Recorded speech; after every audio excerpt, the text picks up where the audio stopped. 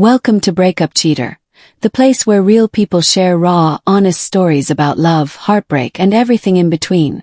Here we dive deep into the moments that change us, the mistakes that teach us, and the journeys that shape our lives. If you're ready for stories that hit home, lessons learned the hard way, and a community that understands, you're in the right place. Hit subscribe and join us on this journey of truth, healing, and hope. Have you ever thought your biggest mistake was just a small joke?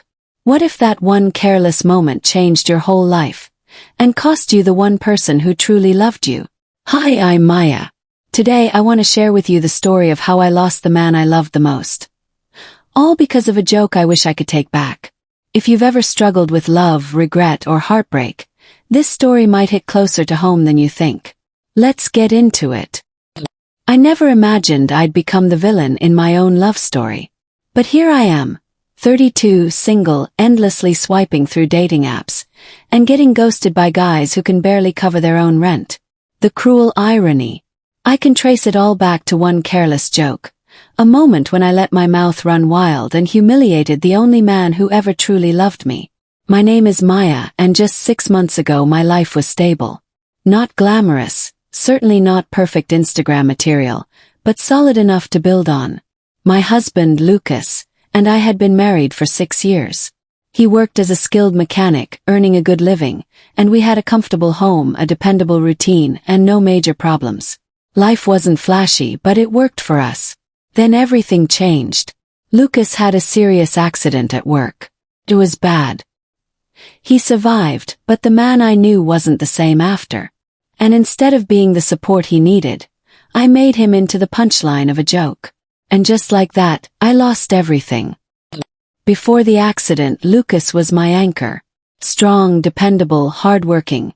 A man who never complained, never let me worry about money, always put me first. If something broke around the house, he fixed it. If I was stressed, he handled it before I even had to ask. He wasn't the type to post romantic gestures on social media or make grand declarations of love, but his actions were louder than words. For 6 years, I never once doubted he had my back. For 6 years I took that for granted. Until the day he wasn't that man anymore. It was a regular Tuesday when the call came. I was at home scrolling through my phone when the hospital rang.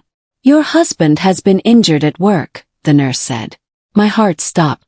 I rushed to the hospital, bracing for broken bones or a concussion.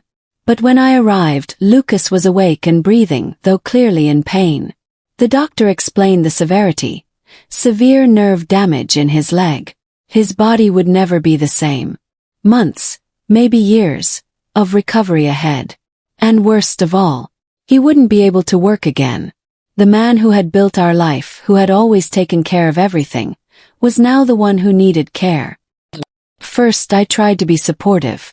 I told myself this was temporary, that he would recover, that we would get back to normal. But weeks turned to months, and Lucas showed no improvement. The medical bills piled up, and he couldn't do the things he used to. The repairs around the house, the small everyday tasks he had always taken care of. And slowly I started to see him differently. Not as my husband, but as a burden. Then came the moment I wish I could take back. We were at a friend's backyard barbecue. Conversations swirled around, with people bragging about their husbands fixing things, handling business, being real men. Someone looked at me and said, "Lucas must be loving all this extra time at home." Without thinking, I forced a laugh and blurted, "Yeah, if only he wasn't completely useless now." The room shifted. Some of the men chuckled awkwardly. Some women gave me sharp looks. But Lucas, he didn't laugh. He didn't say a word.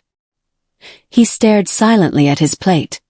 His expression unreadable, like something inside him had just snapped. That was the moment I lost him. I just didn't know it yet. After that night, Lucas changed. Not with anger or confrontation. He simply stopped. Stopped trying to talk to me, stopped looking at me with the warmth I remembered, stopped asking if I needed anything. At first I thought he was hurt, that he'd get over it. But as days passed, it became clear. He wasn't angry. He was done. I tried to fix things. I cooked his favorite meals, left sweet notes like I used to. But he'd just nod, mutter a thanks, and retreat into silence. The warmth was gone. One night, lying in bed beside him, I finally asked, "Are you still mad about the joke?" He turned to me, eyes tired, voice flat. "Mad?" he repeated. "No. I just understand something now." "What?" I whispered, heart sinking. He sighed deeply, then said the words that shattered me. "You don't respect me anymore. And I can't stay married to a woman who sees me as a joke." The next morning he was packing his bags. I stood in the doorway, stunned. "Lucas, you're really leaving?" Without looking up, he calmly said, "Yeah. Over a stupid joke." I blurted, desperate. He finally paused, looked me straight in the eyes. "It wasn't just the joke, Maya. It was what it meant. You don't see me as your husband anymore. You see me as a problem, a man who's no longer useful to you. And I refuse to stay in a marriage where I'm just dead weight." My throat closed up.